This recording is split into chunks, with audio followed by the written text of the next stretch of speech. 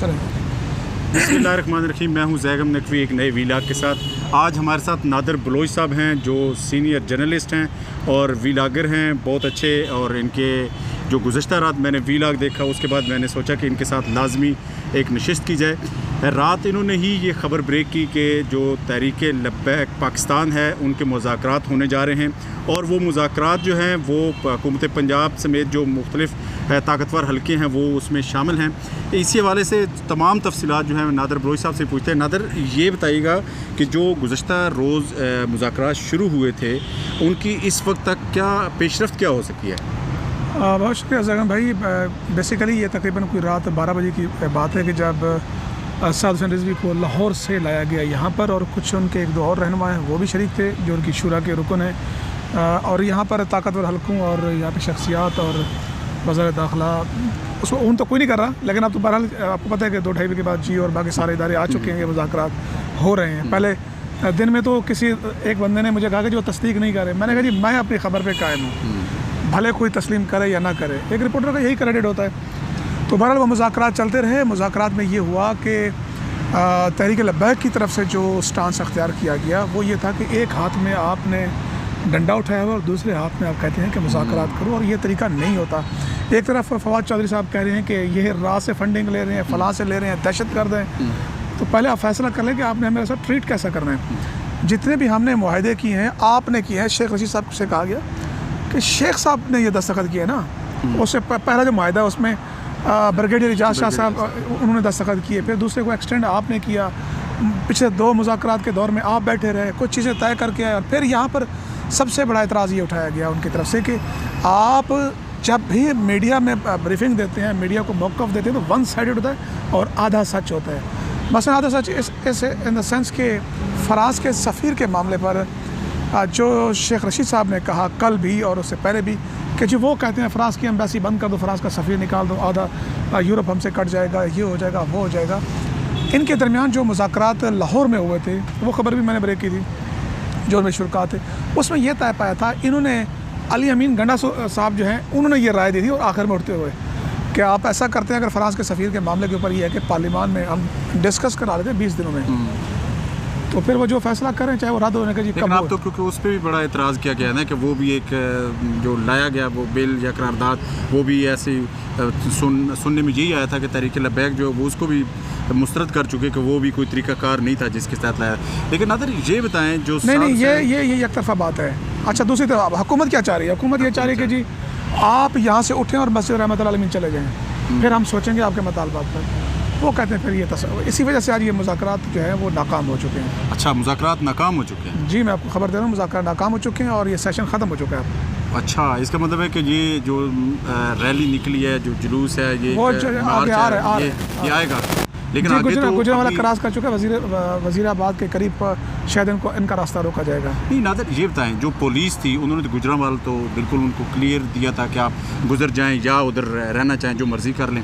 तो क्या जो एक पुलिस की आपकी इतलात क्या है, वहाँ पे लोग कितने हैं, और जो आपके पुलिस वाले हैं, रोकने वाले जो एजेंसीज़ हैं, वो क्या किरदार अदा कर रही हैं? देखें, आज तो कोई लाठीचार्ज में कोई शेलिंग नहीं हुई। आज उनको गुजरांवाला तक कोई एक शेल भी नहीं बरसा और गुजारा गया है।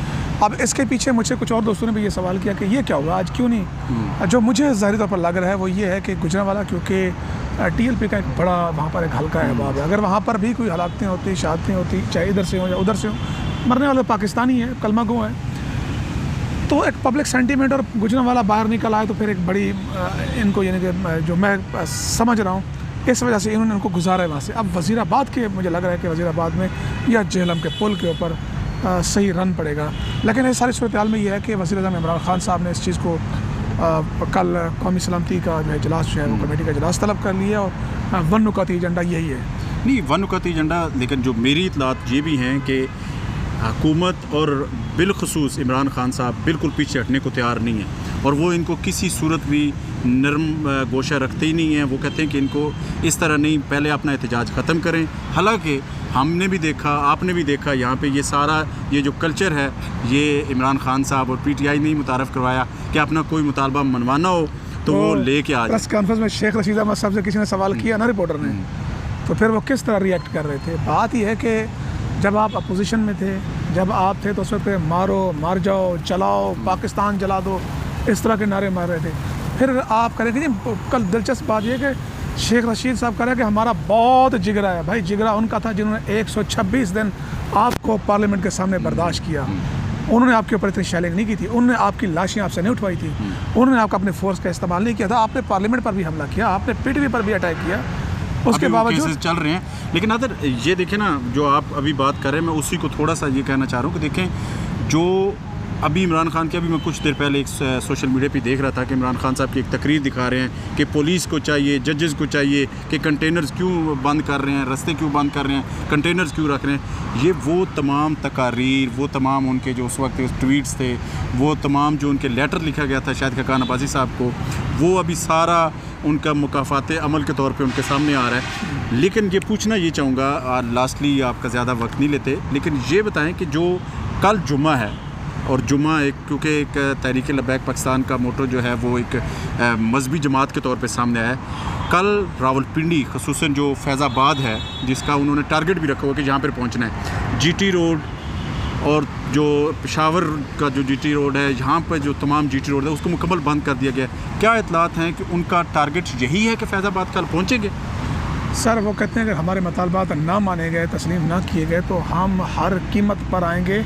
और जितने भी शुरका हैं, इस टाइम शुरका की तादाद तकरीबन जो चल रहा है उनके साथ, जो वसीयतनामे लिख चुका है, यानी कि वो फुल चार्ज है। जो मोमेंटम पकड़ा हो वो 5000 बंदा है, तकरीबन 5000 अफराद जब शहरों से गुजरते हैं तो फिर ये तादाद 20,000 तक भी पहुँच जाती है। तो मेरे ख्याल में कल, जैसा आपने जुम्मे की तरफ इशारा किया, ये बहुत हसास दिन है, इनको ख्याल करना चाहिए। और जिस तरह की मुशीर वज़ीर-ए-आज़म इमरान खान साहब को मशवरा दे रहे हैं, ये अना का मसला नहीं होता। जो बड़े अहदे पर बैठा होता है उसका बड़ा दिल होता है, बड़ा जिगरा होता है, क्योंकि आपने हुकूमत करनी होती है, आपने सबको सुनना होता है। और फिर जैसा कि आपने कहा कि माजी में एक एक चीज़ वो आप कर चुके हैं, आप उससे गुजर चुके हैं और लोग आपको देख चुके हैं, तो फिर आप वैसे तो कहते मैं कंटेनर दूंगा पीडीएम वालों को, आए बैठे जितने दिन बैठे, अब इधर क्या हो गया, इधर भी थे ना कंटेनर, इधर भी कंटेनर हैं, उनका हाँ। उनका राइट है, आप माने या ना माने, उनको हक तो दें कि वो एहतजाज ज़रूर करें। लेकिन अदर मैं लास्टली आपसे सवाल भी करूँगा और इसी में अपना एंड भी करूँगा। इमरान खान साहब ने यहाँ पे धरना दिया, हमने भी कवर किया। ये एक डिफरेंस आ रहा है कि जो पीटीआई का जो कल्चर था मुतारफ़ इन्होंने करवाया, लेकिन अब तहरीक लबैक पाकिस्तान, मेरे परसों का वीलॉग था, उसमें रिजवान गिलज़ई साहब जो हमारे साथ कुलीग भी हैं, बड़े अच्छे रिपोर्टर भी हैं, उन्होंने ये कहा था कि ये बेसिकली अपनी जो सियासी जमात है उसको, जो उन पर कालदम और उनको ख़त्म करने के हवाले से जो था काबीना का फ़ैसला था, उसको वापस करवाना चाह रहे हैं। आपके जो टीएलपी के दोस्त हैं या आपके जो एक ज़राए हैं, क्या वो कहते हैं कि ये उनका मकसद यही है या सफ़ीर को बाहर निकालना एक मकसद है? देखिए, इस पर मैंने भी ये सवाल किए हैं, तकरीबन सेम एक उनकी ट्विटर स्पेस चल रही है, उस पर भी किए हैं। उन्होंने कहा कि जितने भी हमारे 26 अफराद पिछले धरने में शहीद हुए, 7 पुलिस एहलकार, वो किस लिए हुए? एक ख़ास काज के लिए। अब अगर वो ख़ास काज हासिल किए बगैर ही हम सिर्फ इन वजह से उठें तो वो ख़ुद क्या जवाब देंगे? ख़ुद यानी कि मसला के अहले सुन्नत में या उन अफराद में, उन ख़ानदानों क्या जवाब देंगे कि आप सिर्फ गए, अगर तुमने जमात ही बचानी थी, अपना शेड्यूल फोर्स ही नाम नहीं करना, फिर तुम्हारा अपना ज़ाती मसला था, नामूस का मसला कहाँ था? तो ये एक बड़ी एक हर्डल है।